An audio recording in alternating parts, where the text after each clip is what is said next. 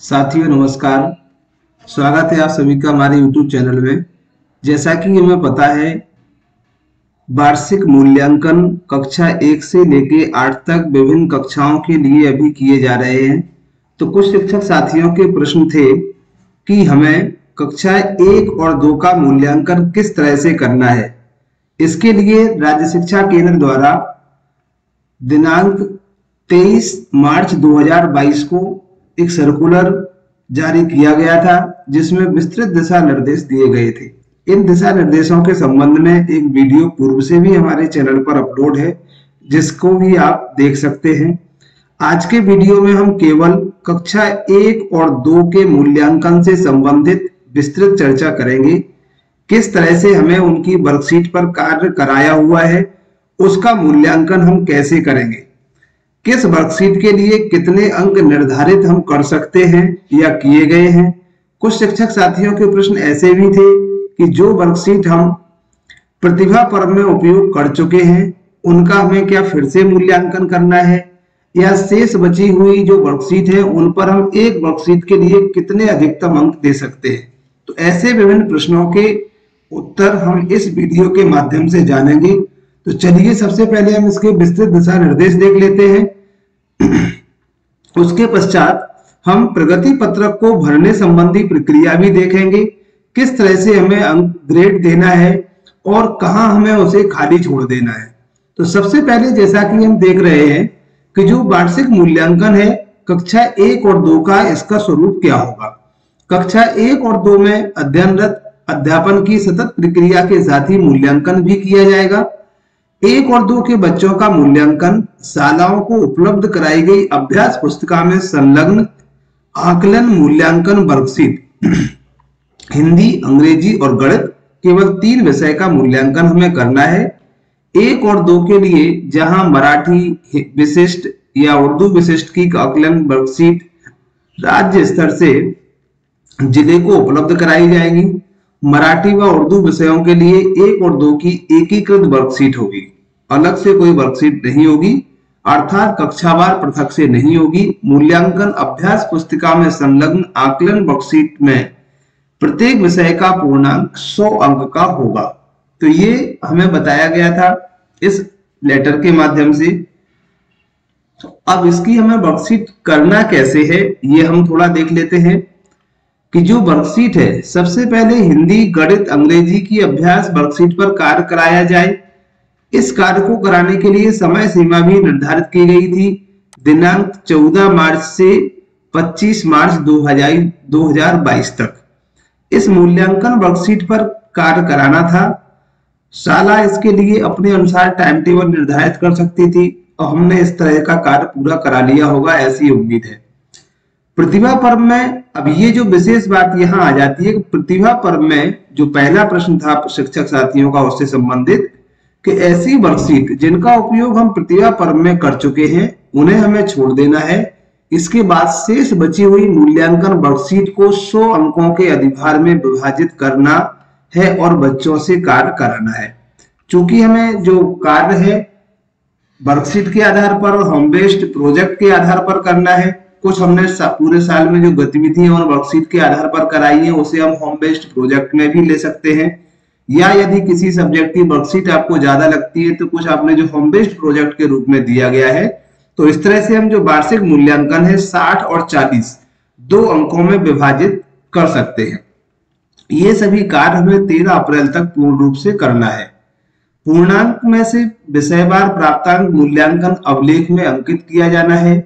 बच्चों का परिणाम भी तैयार करना है। वर्कशीट पर कार्य पूर्ण करने के उपरांत इन्हें शाला अवलेख के रूप में रखा जाना है, बच्चे के पास नहीं छोड़ना है। तो जो इनको हम जांच लें, जिनका हम मूल्यांकन कर लें, उन पुस्तकों को हमें वर्कशीट के रूप में विद्यालय में ही रखना है जब तक कि आगामी कोई परीक्षा नहीं होती है उस समय तक। तो ये फाड़कर अलग न किया जाए, कंप्लीट वर्कशीटों को एक साथ में रखा जाए। तो 1 और 2 के ये तो कार्य कराने संबंधी था। इसके बाद हम देखते हैं इसके मूल्यांकन का स्वरूप क्या होगा, किस तरह से हमें इसके मूल्यांकन कार्य को करना है।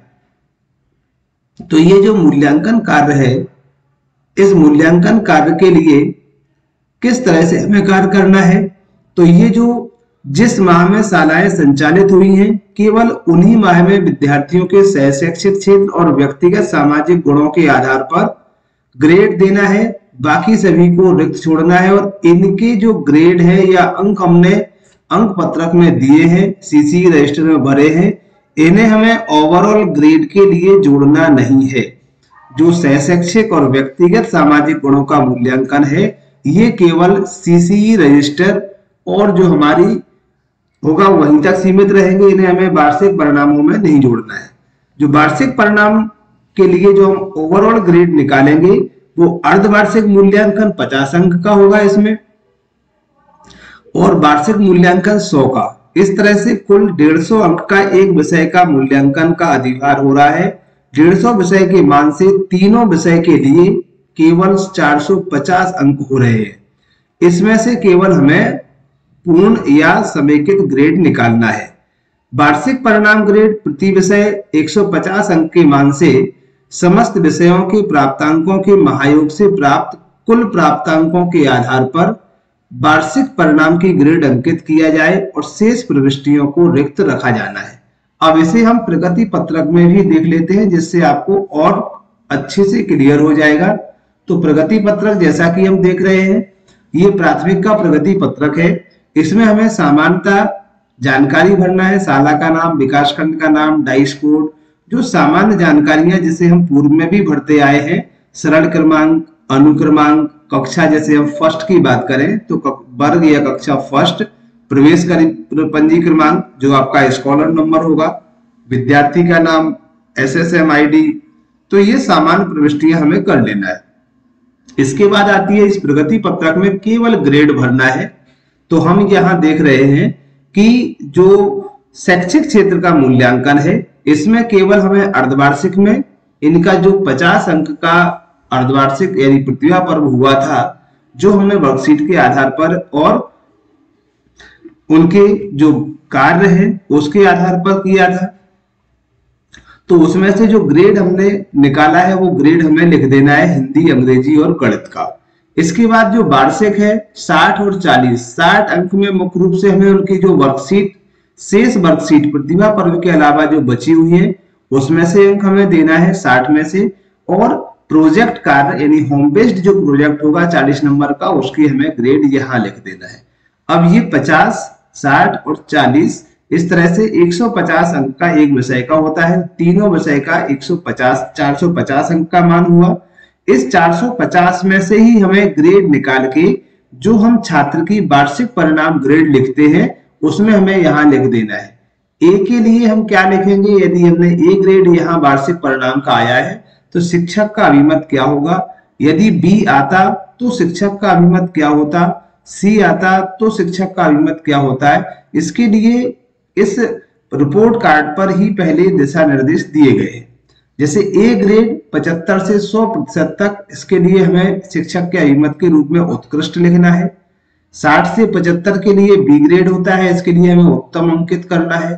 तो ABCD के लिए क्या शिक्षक अभिमत होगा वो हम यहाँ से देख करके लिख सकते हैं।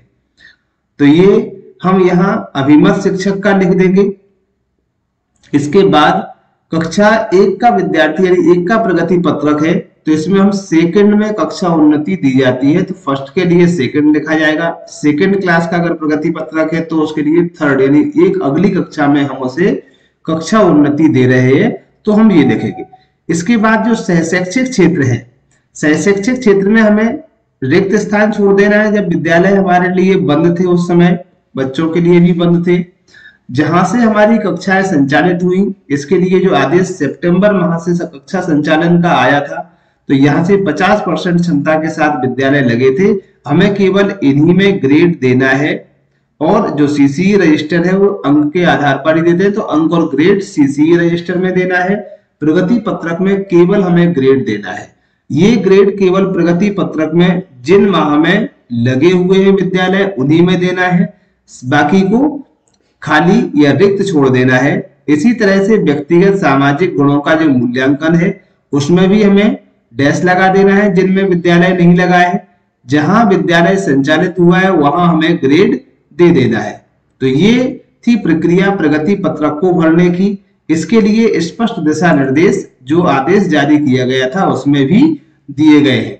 देख रहे हैं यहाँ पर जैसे कि जिस माह में संचालित हुई हैं कक्षाएं उन्हीं माह में विद्यार्थियों को शैक्षिक क्षेत्र व व्यक्तिगत सामाजिक गुणों के आधार पर ग्रेड या क्वालिटेटिव टिप अंकित की जाए, किंतु इन्हें वार्षिक परिणाम तैयार करने में अधिभार न दिया जाए। इस बात का हमें विशेष रूप से ध्यान रखना है। तो साथियों, ये थी जानकारी कक्षा 1 और 2 से संबंधित मूल्यांकन किस प्रकार से करना है और प्रगति पत्रक कैसे भरना है। आशा करते हैं जानकारी अच्छी लगी होगी। यदि वीडियो पसंद आए तो लाइक, कमेंट और शेयर करना न भूलें। यदि आप चैनल पर पहली बार हैं तो चैनल को सब्सक्राइब जरूर कर लें और बेल आइकन को सिलेक्ट कर ऑल को सिलेक्ट करें, जिससे सबसे पहले इसी तरह के वीडियो आपको मिल सकें। आगे भी वीडियो देखने के लिए जुड़े रहें हमारे चैनल से। जब तक के लिए सभी को धन्यवाद। जय हिंद।